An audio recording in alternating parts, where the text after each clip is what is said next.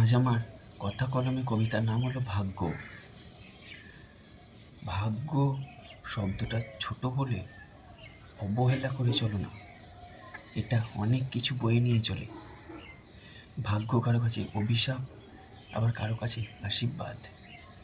এই একটা মাত্র শব্দ কত কিছুকে আটকে রাখে, কত কিছু আটকে থাকে।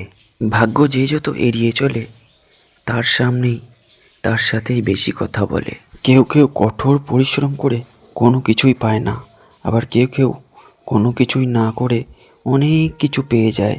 আসলে এই সব কিছু লেখা আছে ভাগ্যের রেখায়।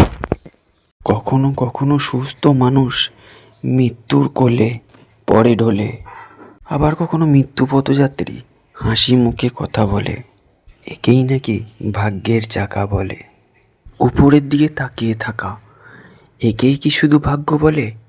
নিজে হেরে গিয়ে আবার পুনরায় নতুন করে শুরু করো, দেখো ভাগ্য ঠিক সাথে চলে। আমি বিশ্বাস করতে শিখেছি ভাগ্য যদি সাথে নাও চলে তাহলেও হেঁটে যেতে হয়। কারণ পৃথিবীতে তুমি যা কিছু সামনে দেখছো কোনোটাই চিরস্থায়ী নয়।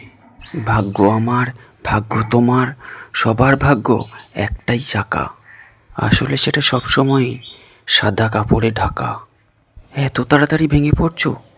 একটুখানি ধৈর্য ধরো কাকা, এসব কিছু খুলে যাবে। ভাগ্য একদিন তোমারও হবে। বিপদে পড়ে ভয় পাচ্ছ, ফেলছো চোখের জল, একটুখানি সবুর করো, হাসবে তুমিও, পাবে ধৈর্যের ফল। ভাগ্য হলো বিধাতার দান, কৃতকর্মের ফল।